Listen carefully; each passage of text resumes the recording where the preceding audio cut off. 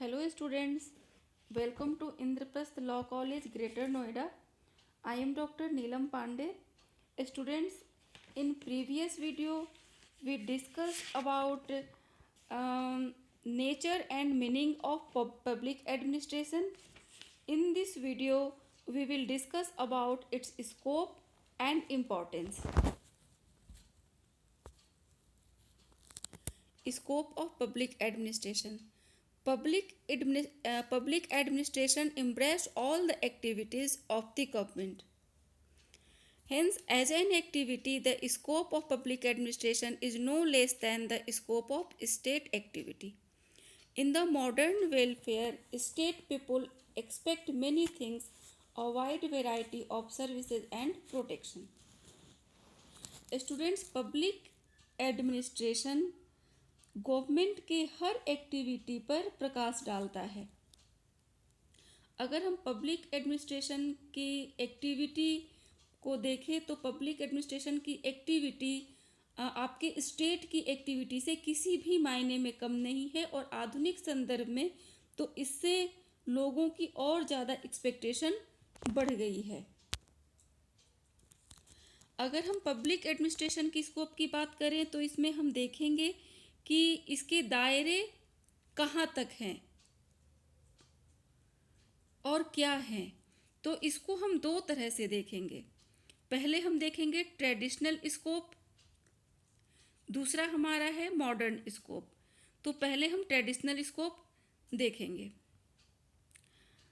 Implementation of constitution, law, public policy operative, part of executive arm of the state. ये public policy को implement करता है, law को politician बनाते हैं और लॉ को पब्लिक एडमिनिस्ट्रेटर लागू करते हैं. लॉ को बनाने वाले कौन हैं? तो पॉलिटिशियन हैं और लागू करने वाले कौन हैं? तो पब्लिक एडमिनिस्ट्रेटर.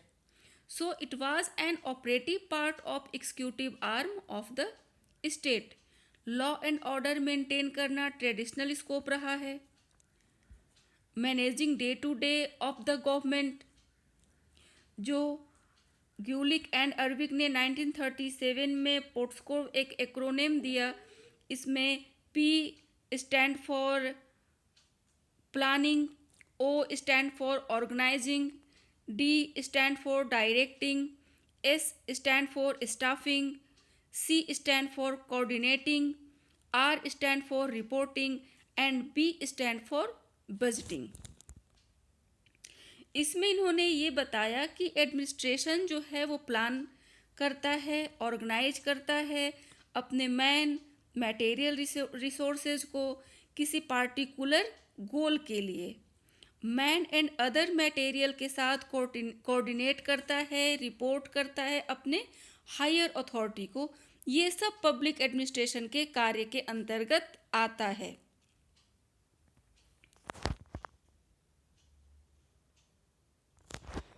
अगर इसके ट्रेडिशनली अगर हम देखें तो इसका दायरा गवर्नमेंट ब्यूरोक्रेसी रहा है और इसका फोकस प्रिंसिपल ऑफ एडमिनिस्ट्रेशन है. अब मॉडर्न और कॉन्टेम्पररी में हम देखें तो ये अब बहुत बदल गया है. पहले से ये बहुत बदल गया है. तो help formulate public policy, mark and enforce rule regulations. Public policy बनाने में ये हेल्प करता है और एक बार जब पब्लिक पॉलिसी बन जाती है तो उसको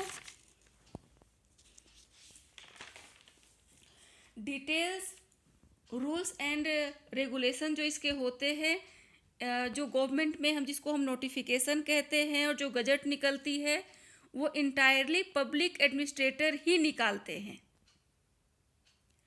पर और इसमें पॉलिटिशियन का कोई रोल नहीं होता है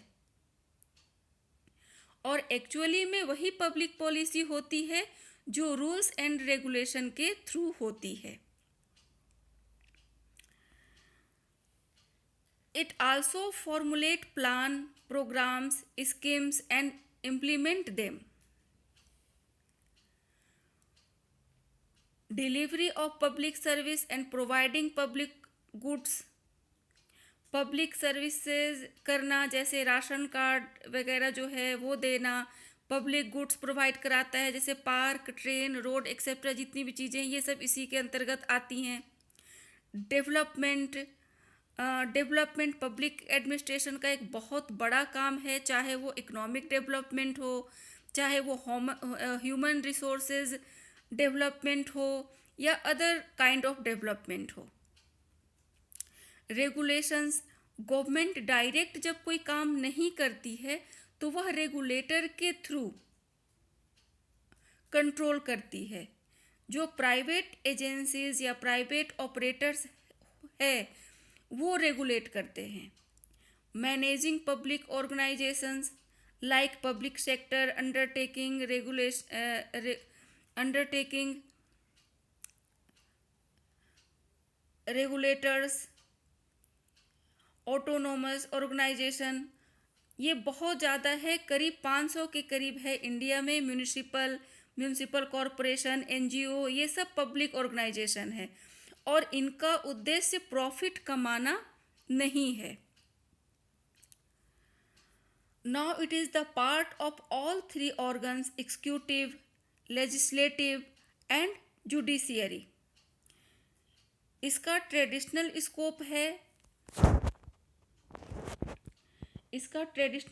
है, वो लॉ एंड ऑर्डर इम्प्लीमेंट करना जो पब्लिक पॉलिसी से निकल करके। इसका ट्रेडिशनल स्कोप जो है वो law and order and implementation of public policy से निकल करके ये अब बहुत फैल गया है। तो इस तरीके से हम देखते हैं कि पब्लिक एडमिनिस्ट्रेशन का स्कोप काफ़ी फैल गया है। Importance of public administration, the importance of public administration as a governmental instrumental, यह एक गवर्नमेंटल इंस्ट्रूमेंट की तरह इंस्ट्रूमेंटल है। Governments most important function is to rule, like that to maintain peace and order as well as protect the lives and property of its citizens. It has to ensure that citizens should obey the contract or agreement and also settle their disputes. यह एक public तंत्र की तरह काम करता है। Governor जो होता है वो मेन फंक्शन काम करने वाला गवर्नर ही होता है, जैसे कि आपके शांति बनाए रखना, लोगों को प्रोटेक्ट करना, उनके धन और जीवन की और माल की रक्षा करना, ये सब गवर्नर के काम के अंतर्गत आता है। नाउ लेट अस सी इसके इम्पोर्टेंस में क्या क्या आता है, अब हम ये देखेंगे। Tangible, visible, operative part of state, government in action. Operative part of state है, स्टेट एक अमूर्त रूप है, इसको हम पब्लिक एडमिनिस्ट्रेशन के जरिए ही जानते हैं और पब्लिक एडमिनिस्ट्रेशन के जरिए ही समझते हैं। Help formulate public policy, entire rules regulations are made by public administrator. Public policy को ज़मीन पर लाना और उसको एक इंस्ट्रूमेंट बनाना सोसाइटी की प्रॉब्लम को सॉल्व करने के लिए, ये पब्लिक एडमिनिस्ट्रेटर के हाथ में होता है।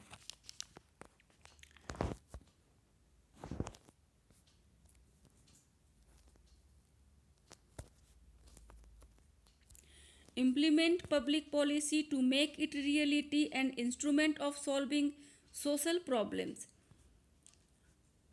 Public maintain order, provide continuity and stability.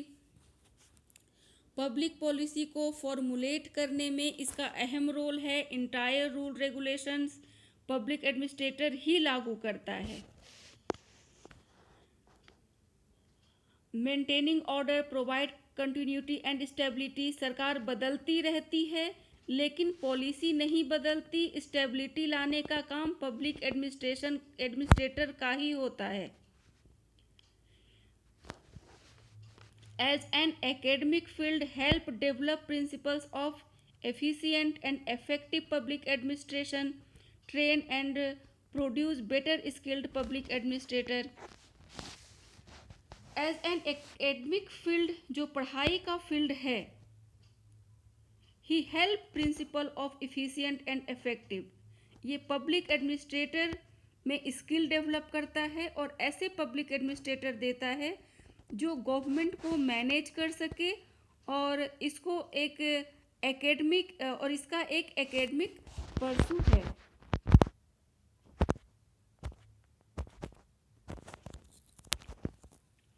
Students, ये आज के वीडियो में हमने देखा पब्लिक एडमिनिस्ट्रेशन का स्कोप और एडमिनिस्ट्रेशन।